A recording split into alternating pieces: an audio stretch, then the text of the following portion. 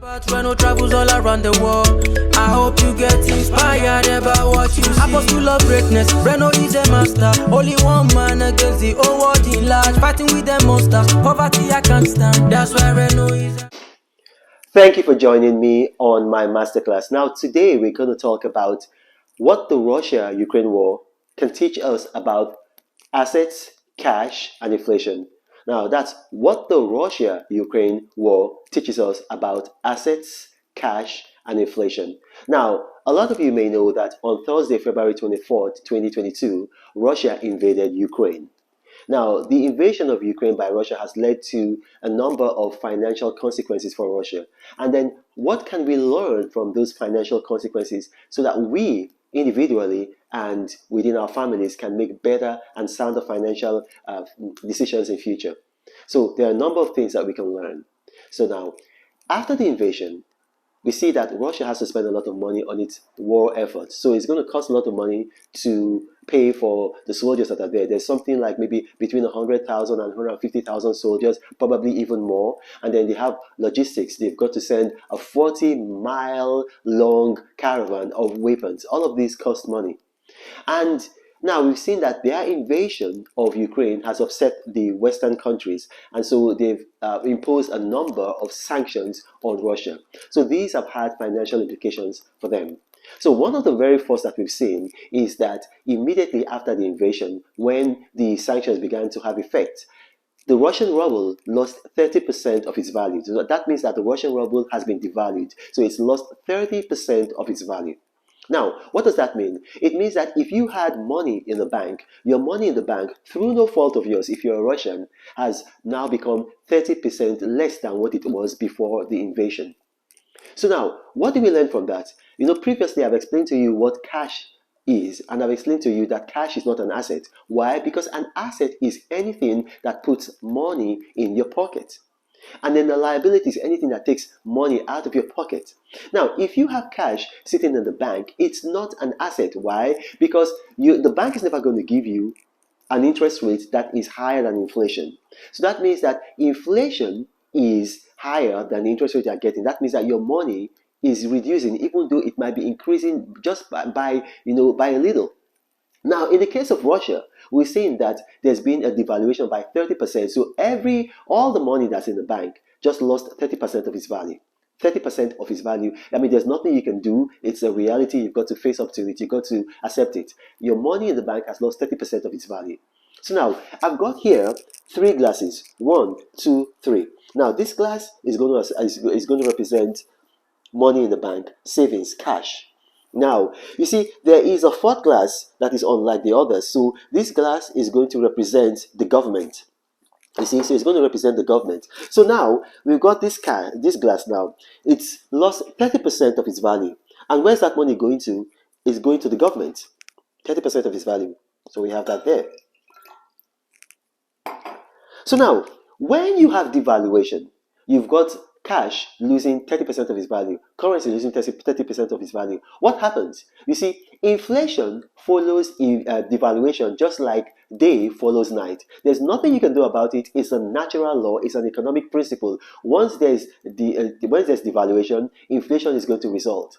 And so we've seen, and you can research this yourself, we've seen that the devaluation of the Russian ruble has led to an increase in inflation. So inflation has gone up in Russia. So it's now about 10%. Before the war, it was under just around 7%, slightly under, sometimes slightly over.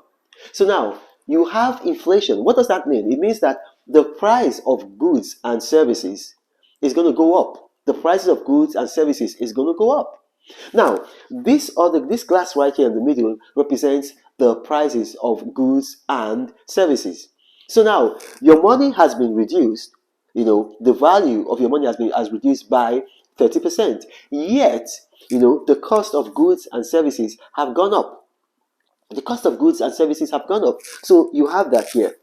Now, the price of goods and services, when they go up, everything is going to those who own those assets that produce the goods and the services. So all the money that's going there, except taxes, which they will pay to the government, and maybe the taxes are not going to be very much. Maybe the taxes are going to be somewhere like in Russia, probably about maybe like 3-4%. So just a little of that is going here.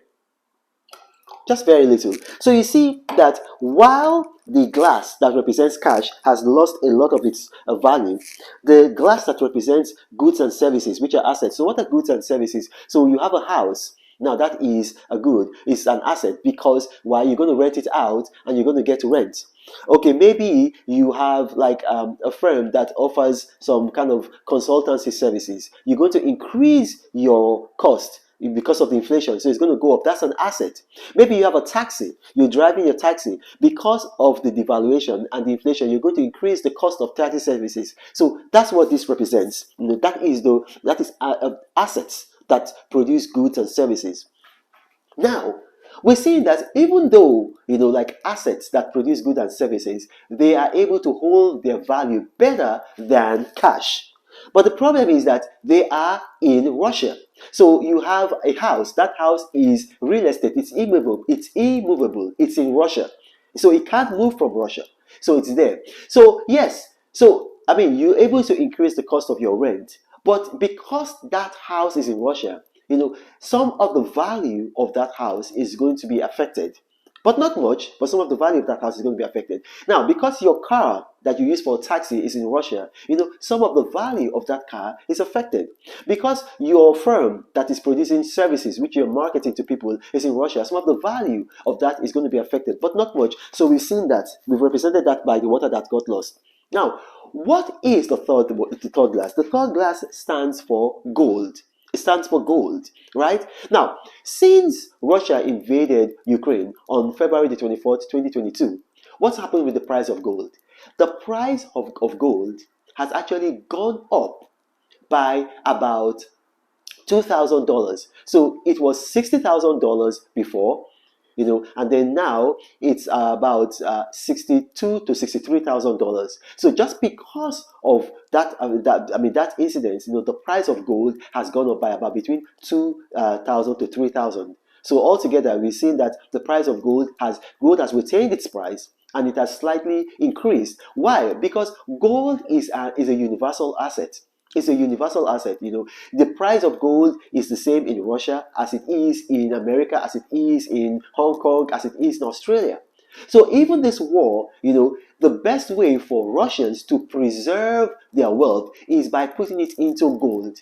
Now, the second best way for them to preserve their wealth is by putting it into assets. The worst way to preserve their wealth is by putting it into cash. So you see, now, this war has taught us, if you want to preserve your assets, the best thing that you can do is to put it into gold. Why? Because gold has always had value. If you read scripture, starting from Genesis chapter 2, if you read verse 11, you begin to see that gold has always featured in scripture from the time God created man, and gold has always had value. So gold is the best way to preserve your wealth when you're living in a volatile world, where you got war, where you got inflation, where you got devaluation. Gold retains its value more than any other thing that you can think of on earth. So if you're watching this and then you want to protect yourself, you want to hedge yourself against unforeseen crisis in the future, then you need to get gold. You need to invest in gold. Either you invest in physical gold or you invest in a gold ETF. Because as I've just demonstrated to you, and you're going to see it on the screen, gold is able to hold its value, and then in uncertain times, people rush to gold, and then the law of demand and supply works in favor of gold, that the value even increases further. Now, having said that, we see that the Western countries and their allies have imposed some kind of sanctions on Russia. So the Society for Worldwide Interbank Financial Telecommunication, that's SWIFT, has imposed sanctions on Russian banks, so they cannot take part in the global financial system. So that means all monies are trapped in Russia. And then the Russians have retaliated. They've told their people, you can't send money out of Russia. So money cannot go out of Russia. Money cannot come out of Russia. So what do we learn from that? We see that governments can control currency. They can control cash. They can control, your currency, your pounds, your dollars, your Russian ruble, your Chinese yuan, your Venezuelan bolivar, your Nigerian naira. Governments can control it. But there is something that governments cannot control, and that's cryptocurrency. And so we see that Russians who have now put their money into cryptocurrency, That money is safe from both the Russian government and the Western government. So what did we also learn from the Russia-Ukraine war? We've learned that the best way to preserve your wealth is by putting it into gold.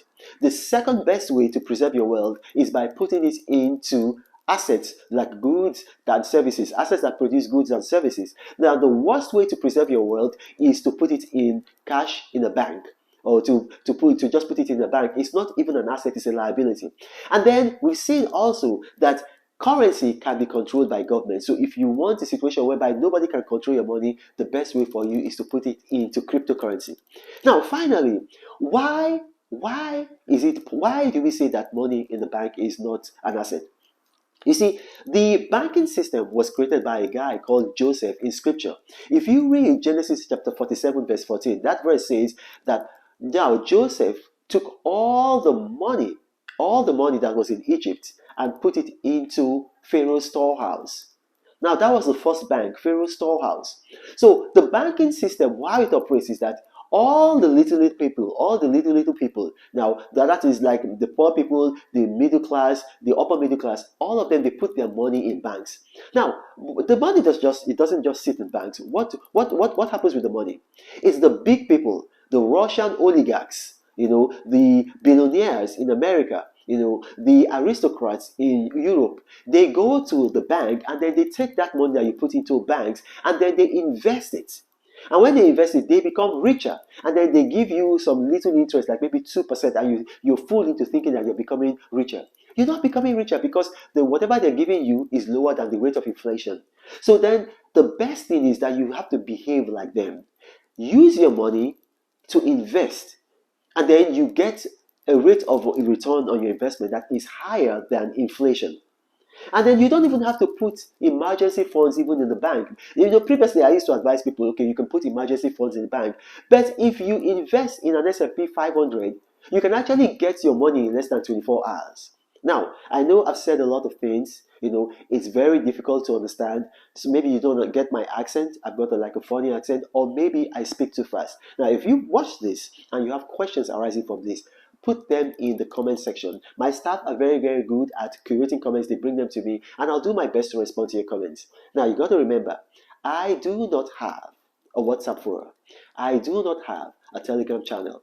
I do not have a Gmail email address. Now, scammers have seen that my videos tend to go viral, and so they've created a number of fake YouTube profiles, and they approach people in the comment section. They tell them helpline, guideline, one-on-one mentoring, I will help you. And then they lure those people, and then they dupe those people. Please don't let them dupe you. My name is Rana Mokri, saying God bless you.